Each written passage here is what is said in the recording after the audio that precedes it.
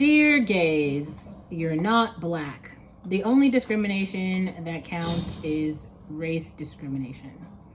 For at least half a century now, every special pleader in America has made the following argument. Yeah, but what if we were black? This is supposed to be rhetorical kryptonite capable of anathematizing discrimination against any group: atheists, women, gays, immigrants, illegal immigrants, the disabled, Muslims, basically anyone except fully able cisgendered white males born in this country.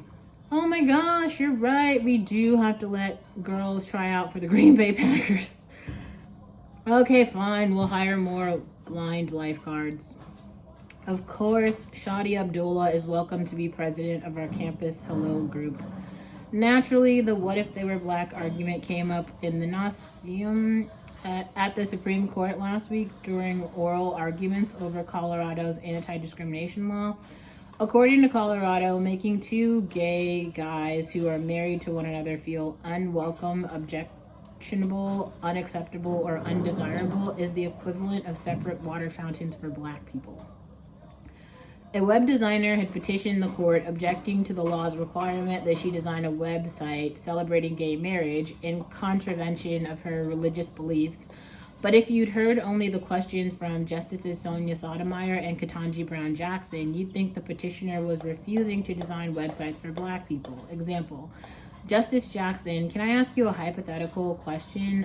What if they want to have a sign next to the shopping mall, Santa, that says, only white children? Why isn't your argument that they should be able to do that? The hypothetical went on for hours, but that was the gist of it. These were a few of Justice Sotomayor's questions.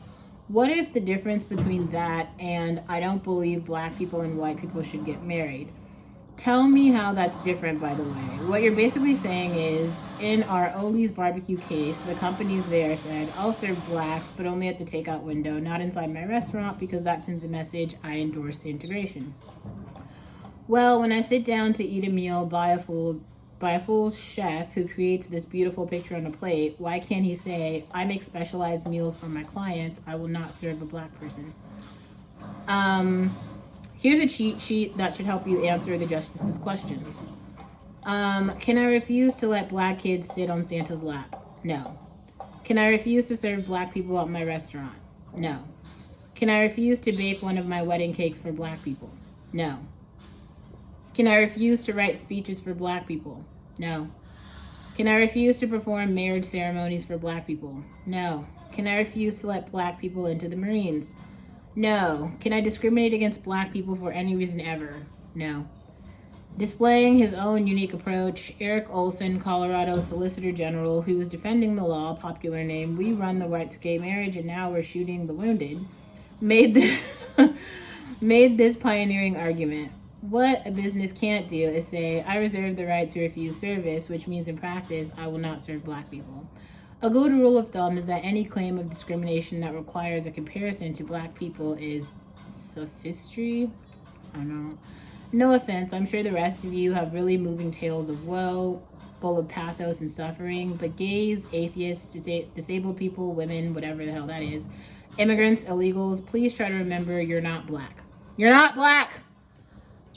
It's discrimination on the basis of race, and only discrimination on the basis of race that is forbidden by our Constitution. This is America.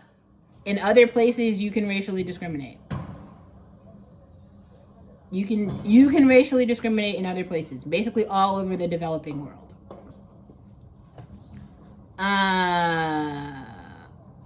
Other forms of discrimination may be stupid. If so, the market will punish you, or blindingly logical, like the football teams allowing only healthy young men to try out, or religious groups limiting office holders to practitioners of the religion. Only one type of discrimination ever stirred up such a mass revulsion in this country that we decided to amend our Constitution to prohibit it: race discrimination.